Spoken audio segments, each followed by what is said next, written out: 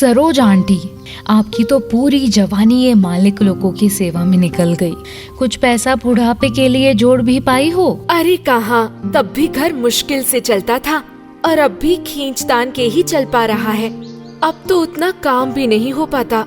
झुककर पोछा लगाते हैं तो सांस चढ़ जाती है।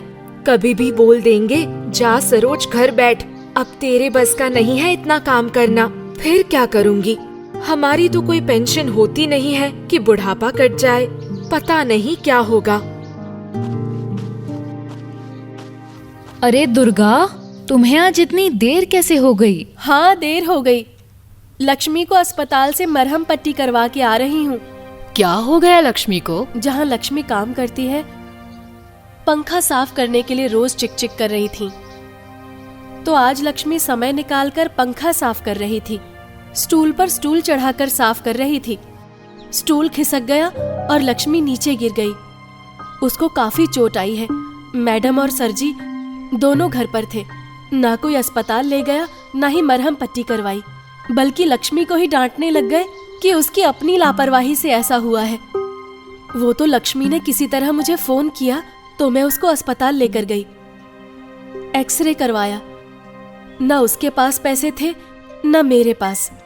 बड़ी मुश्किल से इधर उधर से मांग के करवाया। साहब छुट्टी से भी मना कर रहे हैं। कह रहे हैं कि छुट्टी की तो पैसा काट लेंगे। हीरावती दीदी, आप ही बताओ, ऐसे में हम लोग क्या करें? काम करते हुए हमारे साथ कुछ हो गया, बीमारी हो गई, तो हम कहाँ से इलाज कराएं? न छुट्टी है न पैसा है। बाकी नौकरियों में कुछ तो इंतजाम होता है, पर हमारे काम में तो कुछ भी नहीं है। क्या हमारा काम नहीं है?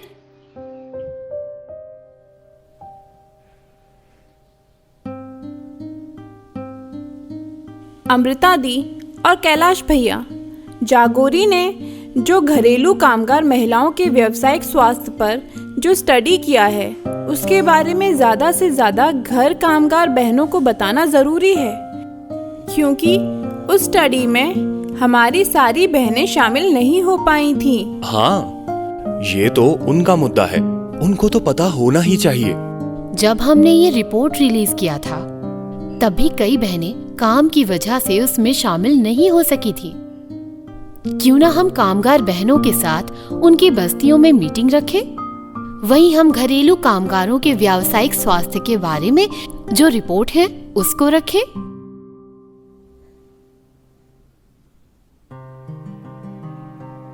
ये देख रहे हो, आप में जो लगातार झुककर काम करते हो या पानी में बराबर काम करते हो, उसका आपके शरीर पर क्या असर पड़ता है?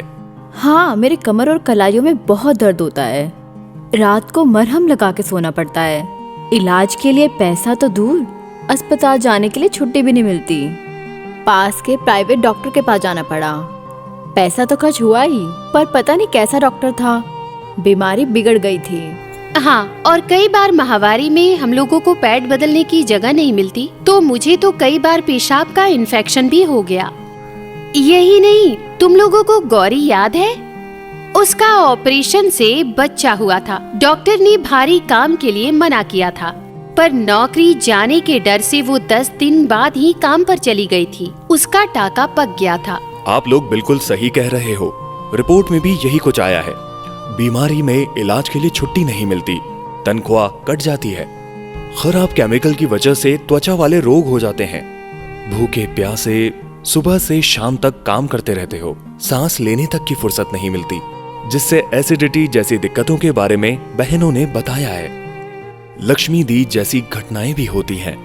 फिर भैया आप ही बताओ, अगर काम की जगह पर हमारे साथ ऐसी कोई दुर्घटना होती है तो ये किसकी जिम्मेदारी है?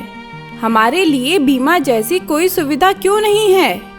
ये नियोक्ता या आप जिन्हें मैडम या साहब कहते हो, ये उनकी जिम्मेदारी है, पर वो ये जिम्मेदारी लेते नहीं है, क्योंकि हमारे पास हमारे कामगार अधिकारों की रक्षा के लिए कोई कानून ही नहीं बना है। मुझे लगता है आपको भी स्वास्थ्य बीमा का हक मिलना चाहिए। हमें ये मांग उठानी पड़ेगी।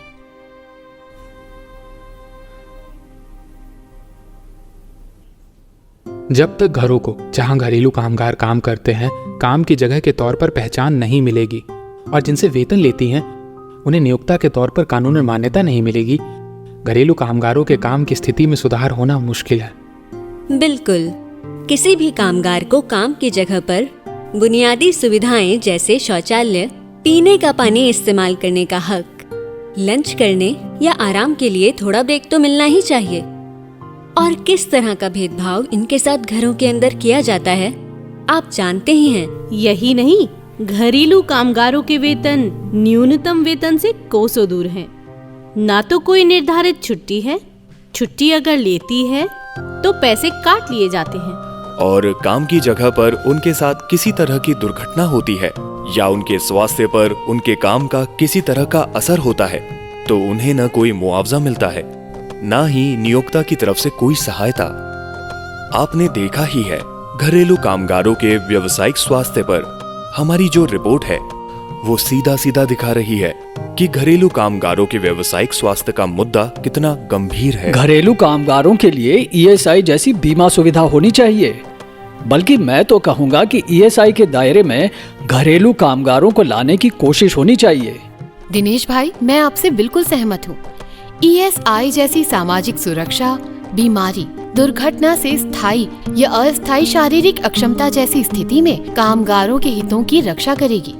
यही नहीं, अगर कामगार को काम के दौरान किसी तरह की चोट आती है या मृत्यु हो जाती है तो ये अधिनियम कामगार और उस पर आश्रित परिवार के लोगों को उचित रूप से अच्छी चिकित्सा की गारंटी भी देता है।